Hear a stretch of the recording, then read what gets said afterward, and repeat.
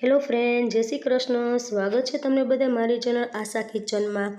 બધાની ઘરે એવી 4-5 રેસીપી હોય છે જે વારંવાર રિપીટ થતી હોય છે.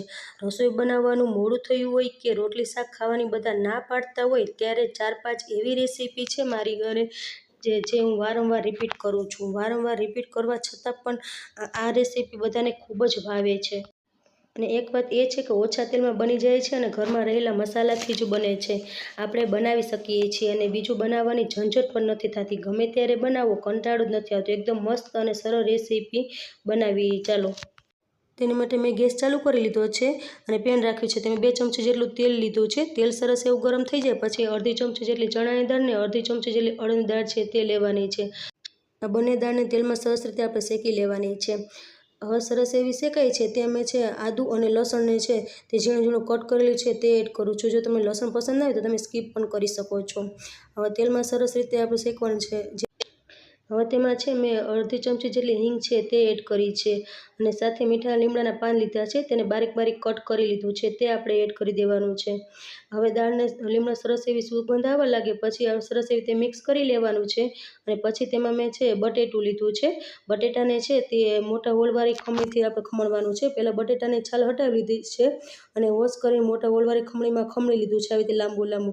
તેને 2 થી 3 પાણી વોશ કરીને પછી પાણી છે હટાવીને પછી આ બટેટાને છે આપણે એડ કરવાનું છે છીણ તેમાં. સેમ એ જ રીતે છે તે ગાજરનું છીણ છે મોટા હોલવાળી ખમણીથી ખમણી લીધું છે. હવે સાથે છે તે મેં કોબીને પણ લાંબુ લાંબુ કટ કરી લીધું છે તે એડ કરી દેશું. સાથે કાશ્મીરી મરચું લીધું છે તેને પણ લાંબુ લાંબુ કટ કરી લીધું છે તે એડ કરી દેશું અને થોડાક લીલા ધાણા છે તે આપણે એડ કરી દેવાના છે. હવે બધા સરસ રીતે આપણે મસાલા સાથે શાકભાજીને મિક્સ કરી લેવાના છે. આમાંથી જો તમારી પાસે કોઈ શાકભાજી ન હોય તો તમે આરામથી સ્કીપ પણ કરી શકો છો.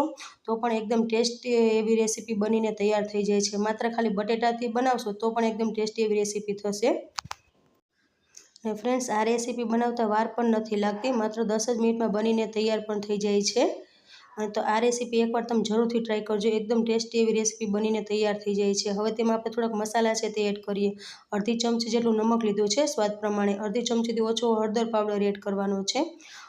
અડધી ચમચી જેટલો છે તે ધાણા જીરું પાવડર છે તે એડ કર્યો છે અને અડધી ચમચી જેટલું છે તે કાશ્મીરી મરચું લીધું છે તે એડ કરી દેવાનું છે. આ શાકભાજીને બધા મસાલા સાથે સરસ રીતે મિક્સ કરવાનું છે અને ગેસની ફ્લેમ છે તે હાઈ જ રાખવાની છે. આપણે તેને વધારે કૂક નથી કરવાનું, 50% જેટલું જ આપણે તેમાં કૂક કરવાનું છે. હવે તેમાં મેં છે પનીર લીધું છે. પનીર મારે ફ્રીજમાં પડ્યું હતું તેને મેં ખમણી લીધું છે નાની હોલવાળી ખમણીથી. તે પનીર આપણે એડ કરી દઈશું. જો તમારી પાસે પનીર ના હોય તો તમે આરામથી સ્કીપ કરી શકો છો. પનીર અમે એડ કરવાની કંઈ જરૂર નથી તો પણ એકદમ ટેસ્ટી એવી રેસીપી બનીને તૈયાર થઈ જશે. પણ મારા બાળકને પનીર વધારે ભાવે છે એટલે હું રેસીપીમાં એડ કરું છું. બધું પનીર સાથે સરસ રીતે આપણે મિક્સ કરી લેવાનું છે અને તેને થોડીક વાર માટે આપણે કૂક કરશું. થોડીક વાર માટે કૂક કરી લીધું છે. હવે તેમાં છે મેં થોડીક એવી આપણે ખાંડ છે તે એડ કરું છું. અડધી ચમચી જેટલી જ આપણે ખાંડ એડ કરવાની છે. અડધી ચમચી જેટલી મેં ખાંડ એડ કરી દીધી છે અને તેમાં અડધો લીંબુનો રસ લીધો છે તે આપણે એડ કરી દઈશું. તેની જગ્યાએ તમે વિનેગર પણ લઈ શકો છો. હવે તેને સરસ રીતે આપણે મિક્સ કરી લેવાનું છે. હવે તેમાં થોડાક લીલા ધાણા લેશું. લીલા ધાણા લઈને સરસ રીતે મિક્સ કરી લેવાનું છે. હવે ગેસની ફ્લેમ છે આપણે બંધ કરી દેવાની છે. તેને ઠંડુ કરવા માટે આપણે રાખી દઈશું. ત્યાં સુધી આપણે બીજી પ્રોસેસ છે તે કરી લઈએ. એક વાટકી લીધી છે તેમાં અંદાજે 3 થી 4 ચમચી જેટલો ચણાનો લોટ લીધો છે. વધારે ચણાનો લોટ નથી લેવાનો. હવે તેમાં છે 3 ચમચી જેટલું છે તે દહીં લઉં છું. દહીં છે તે મોરું લેવાનું છે, ખાટું નથી લેવાનું, તેનું ખાસ ધ્યાન રાખવું. અને જો તમારી પાસે દહીં ના હોય તો તમે તેની જગ્યાએ છાશથી પણ બનાવી શકો છો બેટર, અથવા છાશનો પણ ઉપયોગ ન કરવો હોય તો પાણીનો પણ તમે ઉપયોગ કરી શકો છો. પણ પાણીથી તમે આ બેટર બનાવો તો તમારે છે તેમાં થોડુંક લીંબુ એડ કરી દેવાનું છે. દહીં એડ કરીને છે સરસ રીતે આપણે મિક્સ કરી લેવાનું છે અને ગાંઠો ના રહે તેનું ખાસ ધ્યાન રાખવું. મારે થોડુંક બેટર થોડું ઘાટું લાગે છે એટલે 1 ચમચી જેટલું પાછું દહીં એડ કરું છું. દહીં એડ કરીને સરસ રીતે આપણે મિક્સ કરી લેવાનું છે. જો સરસ એવું મિક્સ કરવાનું છે. ગાંઠો સાવ રહેવી ના જોઈએ. જો આવી રીતે આ ચમચીથી પ્રેસ કરતા જશું એટલે ગાંઠો આપણે સાવ રહે નહીં. અને તમને બતાવી દઉં કે આપણે કેવી રીતે આપણે બેટર છે તે બનાવવાનું છે. જો તમને બતાવી દઉં આવું સરસ એવું આપણે બેટર બનાવવાનું છે. જો આપણું બેટર સરસ એવું બની ગયું છે. હવે તેને આપણે છે તે સાઈડ પર રાખી દેવાનું છે. હવે છે તે મેં મિક્સિંગ બાઉલ લીધું છે. જે આપણે મસાલો બનાવી રાખ્યો છે તે મસાલો છે તે આપણે થોડોક ઠંડો પણ થઈ ગયો છે. તે મસાલાને છે આપણે મિક્સિંગ બાઉલમાં ટ્રાન્સફર કરી દેવાનો છે. મસાલાને છે આપણે મિક્સિંગ બાઉલમાં ટ્રાન્સફર કરી દીધો છે. હવે જે આપણે બેટર બનાવ્યું છે તે બેટર છે તે આપણે મસાલા સાથે એડ કરી દેવાનું છે. આપણે છે ચણા લોટનું બેટર છે વધારે નથી બનાવવાનું, ખાલી થોડું કોટિંગ થાય એટલું જ આપણે બનાવવાનું છે. બેટર એડ કરીને સરસ રીતે મિક્સ કરી લેવાનું છે. ચણાની જગ્યાએ તમે ચોખાનો લોટ પણ લઈ શકો છો, પણ ચોખાના લોટમાં કરતાં તમે ચણાના લોટનો ઉપયોગ કરશો તો એકદમ સરસ એવું ટેસ્ટી બનશે. તમે એકવાર જરૂરથી ટ્રાય કરજો. સરસ એવું મિક્સ કરી લેવાનું છે. આમાં પાણીનો ઉપયોગ નથી કરવાનો. મને છે બેટર થોડુંક એવું ઘાટું લાગે છે એટલે હું થોડુંક એવું 1-2 ચમચી જેટલું જ પાણી એડ કરું છું, વધારે એડ નથી કરતી. 2 ચમચી જેટલું પાણી એડ કરીને સરસ રીતે મિક્સ કરી લેવાનું છે. જો તમને બતાવ્યું બેટર છે આપણું આવું રીતે રહેવું જોઈએ, નહીં વધારે ઘાટું કે નહીં વધારે પાતળું એવું રહેવું જોઈએ. મસાલો આપણો સરસ થઈ ગયો છે, તેને સાઈડ પર રાખી દઈએ. અને મેં છે 4 બ્રેડ લીધી છે, ફ્રેશ બ્રેડ લીધી છે. તેની જગ્યાએ છે તમે ઘઉંના લોટની જે બ્રેડ આવે છે બ્રાઉન કલરની, તેનો પણ ઉપયોગ કરી શકો છો. અને બ્રેડ તો બધાની ઘરે હોય જ છે, અને જો ના હોય તો નજીકની દુકાનેથી પણ આ બ્રેડ આપણે મળી જતી હોય છે.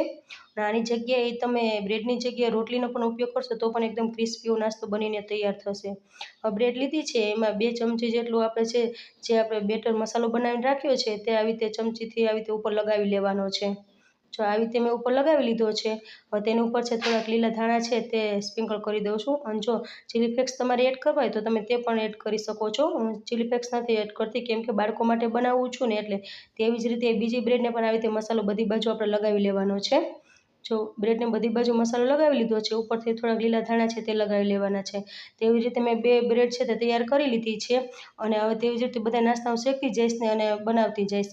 હવે આપણે ગેસ તરફ જઈએ અને ગેસ ચાલુ કરીને તવો લીધો છે, તેની ઉપર 2 ચમચી જેટલું આપણે તેલ લગાવી લીધું છે. આપણે જે સાઈડ આપણે મસાલો લગાવ્યો છે એ સાઈડ આપણે તવા ઉપર રાખી દેવાની છે. અને પછી તેમાં બધી બાજુ આપણે આવી રીતે તેલ છે તે એડ કરી દેવાનું છે.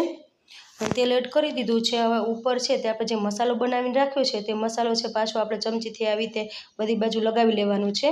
અને આ બ્રેડ છે તમારે બટર અને તેલમાં પણ શેકવી તો તમે તેમાં પણ શેકી શકો છો, અથવા ઘીમાં પણ શેકી શકો છો. આવી રીતે જો મસાલો બધી બાજુ મેં લગાવી લીધો છે. હવે તેવી જ રીતે છે તે આપણે બીજી બ્રેડમાં પણ મસાલો છે તે આપણે લગાવી લેવાનો છે. અને ફ્રેન્ડ્સ, આ નાસ્તો બનાવતા વાર પણ નથી લાગતી. જો તમે હાથોહાથ કામ કરશો એટલે કે તમે એક કામ કરતાં બીજું કામ કરતા જશો તો ફટાફટ બનીને તૈયાર પણ થઈ જશે. અને તમને આ મારી મહેનત થોડી પણ પસંદ આવે તો વિડીયોને લાઇક કરજો, શેર કરજો, અને ચેનલ પર નવા હોય તો ચેનલને સબસ્ક્રાઈબ કરવાનું ભૂલતા નહીં. અને મને થોડોક સપોર્ટ પણ કરતા રહેજો.